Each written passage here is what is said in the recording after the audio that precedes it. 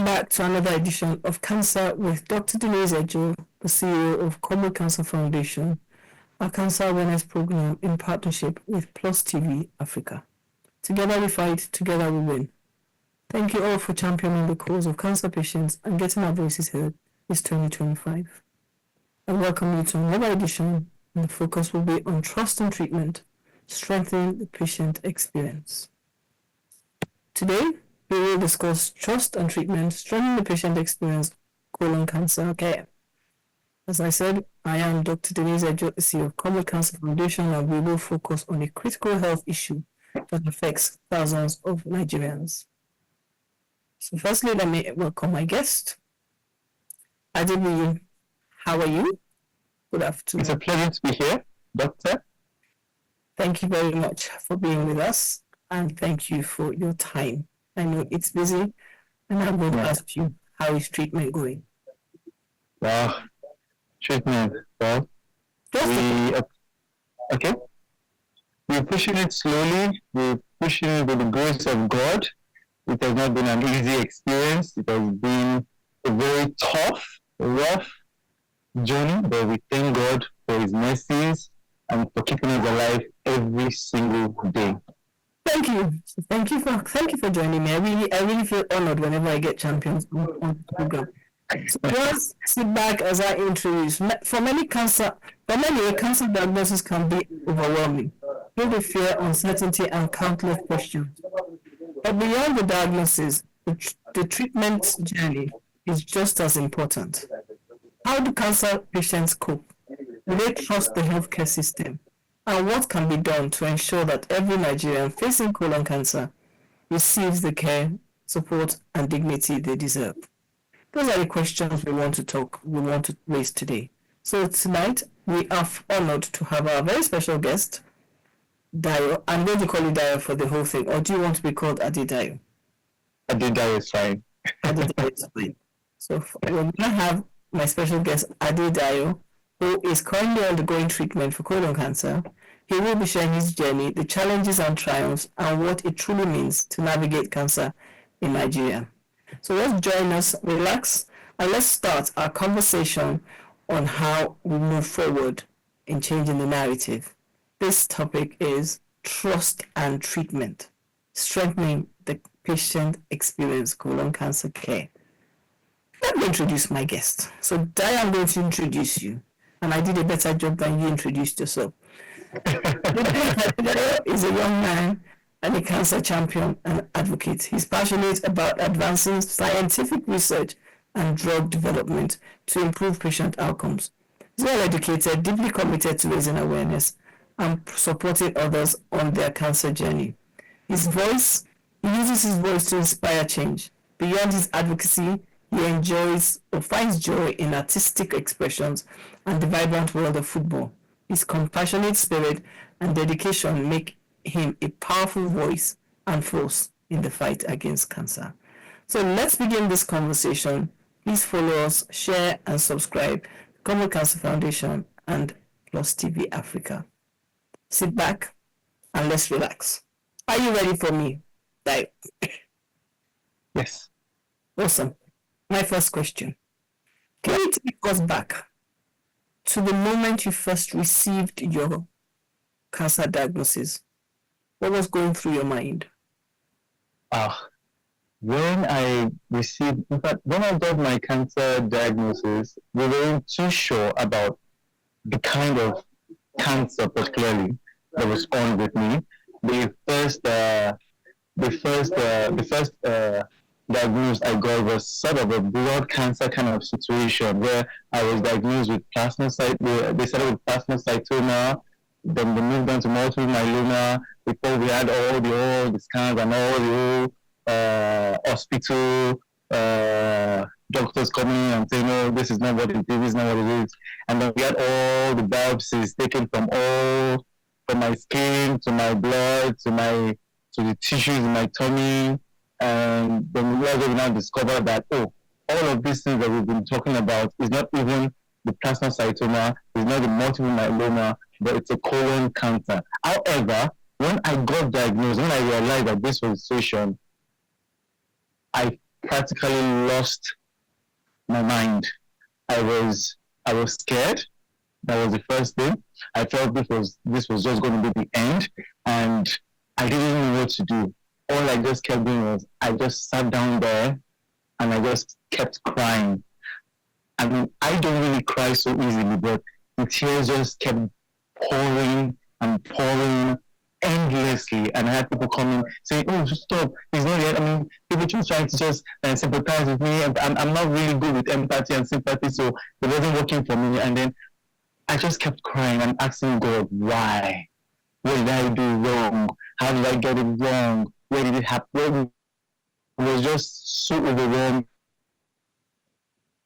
It brought me down emotionally in a way I have never felt before, because I mean I just blanked out from the entire world. It was like my world went dark all of a sudden. So it was really, really scary. I mean, letting me know that and then just leaving me alone to absorb all of that by myself for a very long time. So that was how that that was what went on my mind for that long.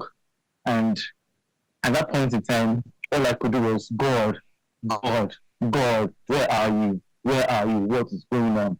That was all that was in my mind. That's very interesting. It's very interesting you come from that perspective, because Yeah. every time I try to explain to people that we blank out, I don't think a lot of people understand that statement when I say when a cancer patient gets a diagnosis, they blank out.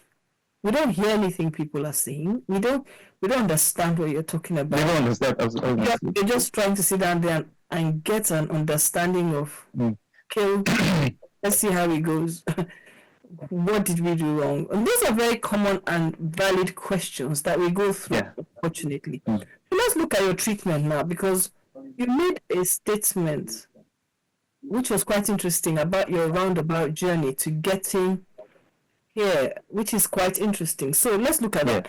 So what was your treatment journey, or what has your treatment journey been like so far? You know, I would say to you, I live with cancer and I take chemo every week, okay? Every day, every week, every 3 weeks, okay? Wow. Yours is different from mine, but you take chemo. Okay, go on, explain yours, because yours is different from mine. I don't understand yours. Yeah. So my journey started in 2018, 2019. About when we were still trying to know what was going on. When around the lockdown, we were able to pinpoint, okay, if there's a colon situation. And before my treatment, I was told that my cancer was sort of encapsulated, that it was still something that could be controlled, or something that could be that surgical intervention could be of help. But along the line, when I did my MRI and all of that, my surgeon, practically rejected me and said no, he wouldn't be able to do a surgery where it would cut off the colon from, because mine was already badly affected because of all the time I've spent over the years not doing anything.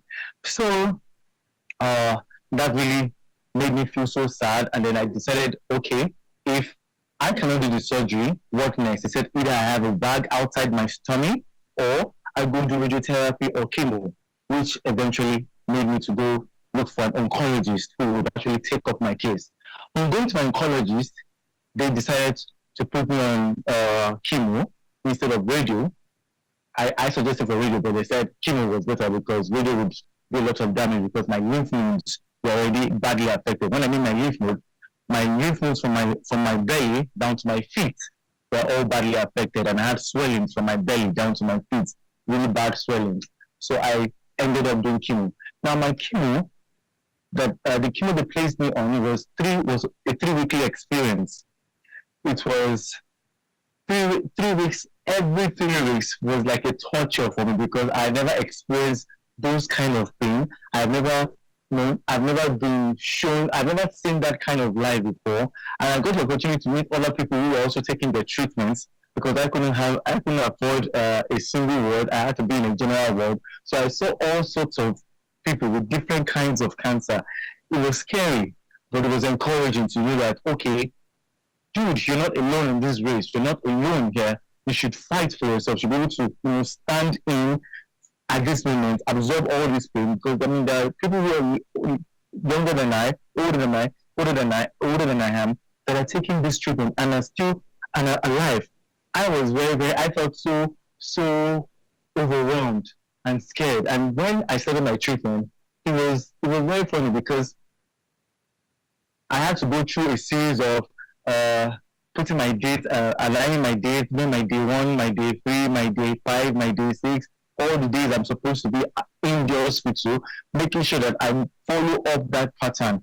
And the journey has, however, been so, it has been an experience because, when you take a lot of treatments and and you don't have to always go tell the doctor, this is what happened to me, this is what's going on with me. But in the case of my treatment, I had to always go back because I was always having this side effect, that side effect, complaining about this, complaining about that. And doctor would just tell me, Adebi, calm down.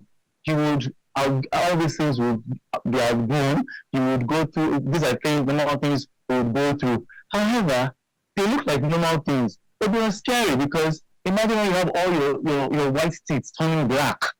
You have all your palms, your nails, your feet, everything all black. All black. That's around, I think the second or the third time I took the chemo. The first time it was just my throat, itchy throat, my throat was getting dry, I couldn't speak, I was a little bit I was a bit numb on my feet. A lot of different things were just happening all at once, and it was so scary because I didn't know where to run to or what to do. But when I discover, okay, maybe I'm having this cough or that problem, I would go to the doctor, can I buy cough medicine? Can I add this to my clinic? And they're like, oh, take it easy. Don't take too many things. It will all wear off. It will all wear off. It was scary because everything all happens is happening all at once. And the most painful one that happens is my hair. I used to have plenty hair. I used to love life. I used to want to have different shapes, different styles done. But look at me right now. Nothing is there. So it's been an experience that, God, I just give God the glory that my body has been able to accept the treatment, and I use everything within my energy to make sure that I remain happy. I keep positive. I make sure my BP my blood pressure is at the right level. I make sure my sugar is at the right level. I make sure everything is just perfect. I try to abstain from everything, social events. I abstain from a lot of different kinds of food, drinking. Just make sure that I'm always at the point of a good, at the point where I'm about to get my treatment, I'm just right. So the treatment has been just God's favor and God's blessing keeping me this far. It has not been easy, but keeping me this far. Thank you. I started to smile because you reminded me of my very first cancer experience. Okay. When I saw my nails were black, and even at a point, my nail on my foot came off. Off because of the chemo, and then the bald, and then and then no eyebrows. Eyebrows is very terrible. No eyebrows. Yes. Anyway, let's continue with it. And then we're going to the break. I'm asking you got 3 minutes to answer this, and then we'll go on the break. So now, many people worry about all these side effects on that, and we know that. So from your experience, can you give them, because people are watching who are going to have this, and they will not want to do it because of what we are saying, but can you give them 3 suggestions of what they can do to at least manage it, either physically, emotionally, spiritually? We all agree. I think there's no cancer patient that will tell you that this is not God. If it's not God, you can't do it. So just three options, and let's take a break quickly. So managing the side effects, the first thing is never lose your mind to any side effect that comes your way. Just know that whatever happens to you within the period of treatment is because of the treatment you're going through. whatever side effects you feel. So do not lose your mind. Just try to make sure you keep calm. Understand your body system. Understand and observe your body system, and try to just maintain a level of calmness. That's the first thing. Do not lose your mind. Do not lose control of your mind. Do not get scared that something else is going to happen. It's fine. The first time might be very tricky, but subsequently, do not lose your mind. Try to keep calm. Try to put God first in everything, and try to maintain a status quo where you don't have so many people coming around you at that point in time. That is, you have to be I would say isolate. I won't use the word isolated, but keep you have to keep indoors for that time being, so that you can actually manage whatever is going on with you. And peradventure, you cannot manage some certain things. You can ask your doctor if you can buy some medicines to stop some certain things that are actually, that's if your doctor agrees that you take those medications, because it's very important you're always in touch with your doctor to let him know, okay, doctor, this is what's going on with me. Can I take this? Can I do this? Can I do this? That is one thing. You shouldn't just go ahead and take anything because you're itching, you go take something. Because you don't want anything that will complicate the treatment you're going through. So the first thing I always try to tell people is keep calm. Build up your mind. Have a sort of mind, how will I put it? A mind, this thing, that you can always control whatever is going on with you, and knowing that fully well that God will take you through it all. Aside that, no, let's take a break now. We're going to come back in a few minutes. All right, doctor. I want to say a very big thank you, because you are actually hitting the nail on the head. So viewers, Adebayo is going to. No, he said Adebi. You see, you Adebayo. You're confusing me because it's Adebi. You refer to yourself as Adebi, but yes.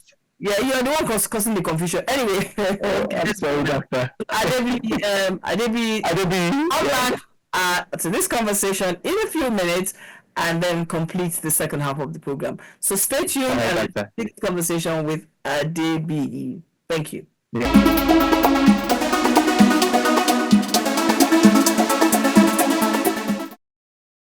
Welcome back, and thank you all for staying with us. We continue the conversation with Adebi as he continues to explain to us about the trust and treatment as we go through colon cancer. So, thank you for staying with us. Together we fight, together we win. Next question. Okay, let's look at our support and coping mechanisms. Cancer treatment, as we will agree, is not just a physical battle. It has the emotional battles that come with it. Where do you find your strength? And I am very glad, because I feel very convicted today, because every time I say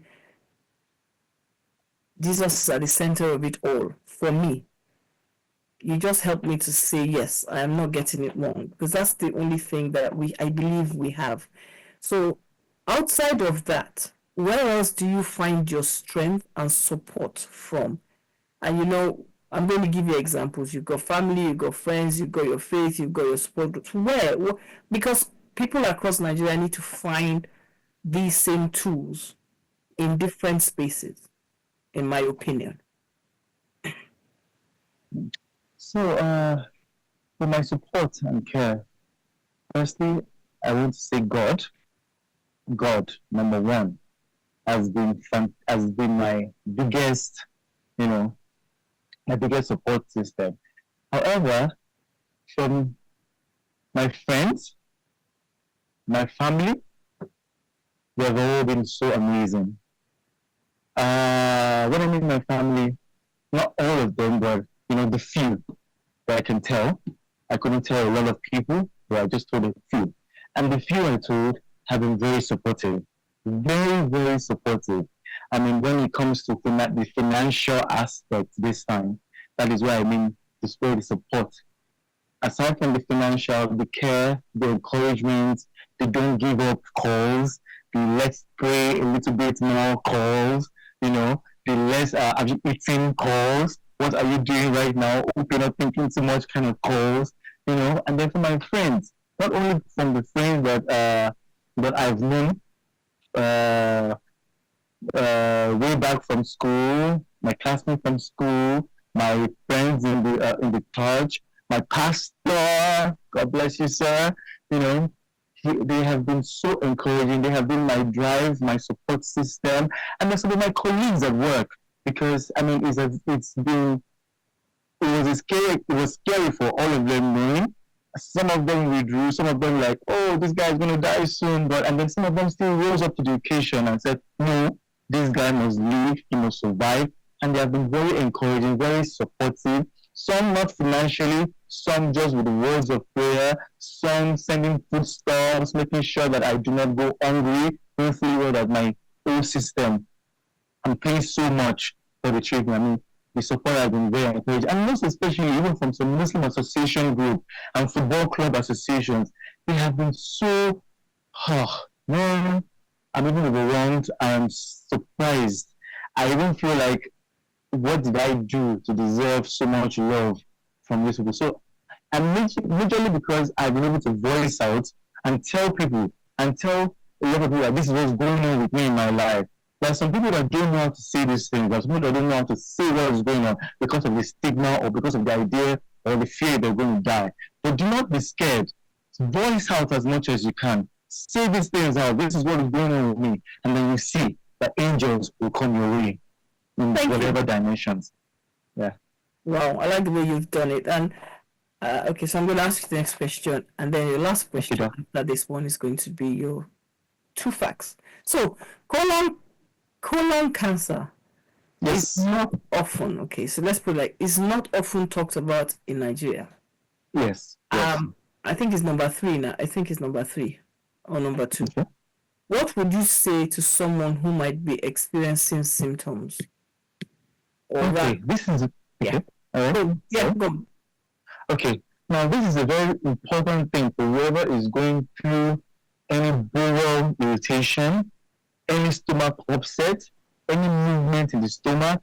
It is very important that these symptoms, however, if you notice it, please run to your doctor. Run for a scan. Run for a checkup. In my own case, I was doing I would just take some medicine. I would get better soon. I'll get better soon. I didn't run to a doctor. I didn't run anywhere. I just felt it was a stomach pain, or maybe I ate something, food poisoning or something. Whenever you feel a bowel irritation, whenever you feel anything wrong with your stomach, that is how you know that there is something wrong in your large intestine. It is a very tricky thing. You might not know immediately, but you need to understand that those are the symptoms you need to pay attention to. We Nigerians do not pay attention to what is going on with our body systems. We do not take note of all these small things. Even the minute headache you have happening in your head, please run to the hospital. It might be something very important that you need to check up. Do not say you're strong enough to withstand whatever pain. I might be saying I have a very strong pain threshold, which I do, but do not stay till the time it becomes worse. If you notice anything, run to a doctor. That is the most important thing. Go for a checkup. These are very important keynotes that you need to know about colon cancer situation. When you go to the toilet, you stool, and your stool turns from solid to liquid and does not stop over a period of 2, 3, 4, 5 months. It is important to run to your doctor. Those are the symptoms you need to take note of. It is something that is very important. Please, whoever is listening to me, wherever you are, listen to your belly. Your belly won't give you problems if it doesn't have a problem in it. So if there's a problem there, go after it. Colon cancer, it's a very difficult thing. We do not pay attention to it in Nigeria. I only plea that anybody going through such a situation should be strong enough to stand tall and stand firm and hope that the best will happen to them, no matter what. I like the way you've said it, because I always keep saying this thing. Any sickness that is persistent. Yes. Wait, because cancer is everyday sickness. Headache. Yes. Mine is headache because it's stomach ache. And yet, we've gone far in this journey. So please, for those listening, I'm not the one talking. It's somebody else, so it's not my personal. Yes. You got to give me one thing as we round up that you want the government to do for us. One thing in one sentence. One thing. I want the government to help every cancer patient every single cancer patient in getting their drugs. This is something that has been so painful to me. I spend so much every 2 weeks. Every 2 weeks, if the government can help us to just, I'm so sorry. If the government can just help us to just solve our medication pattern, because we fight every day. We have one of our drugs that can cause they can die in 600 and something thousand. I spend almost 1.5, 1.7 every 2 weeks. Every 2 weeks. I don't have that kind of financial capability, but I have people who try their best home and abroad every week.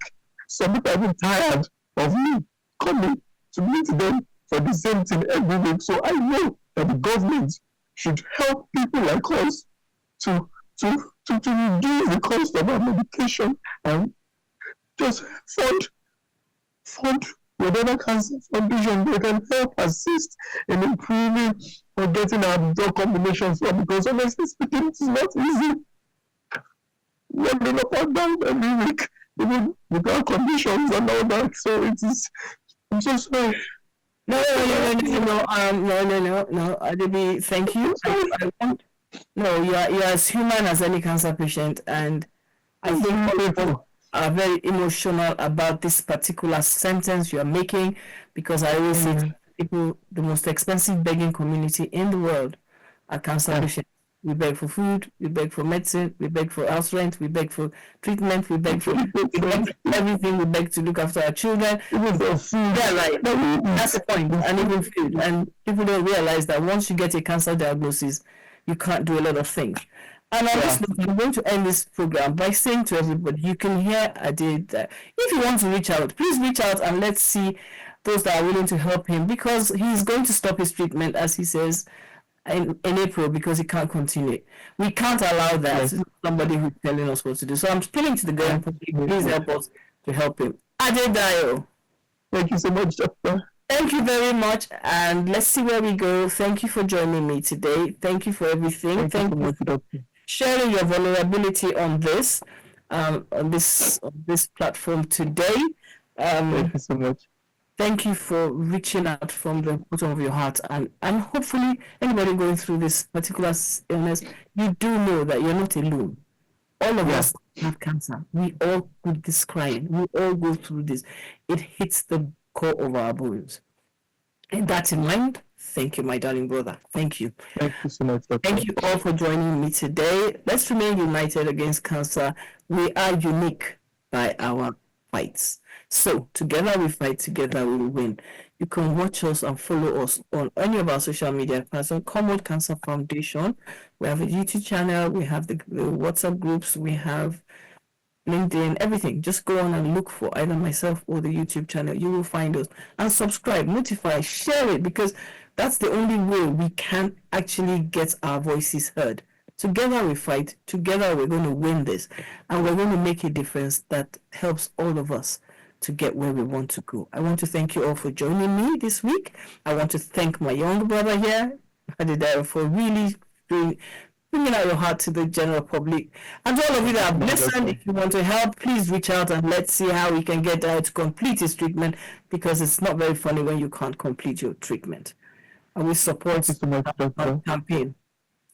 I'll see you all again next week where we continue this conversation on colon cancer. Good night.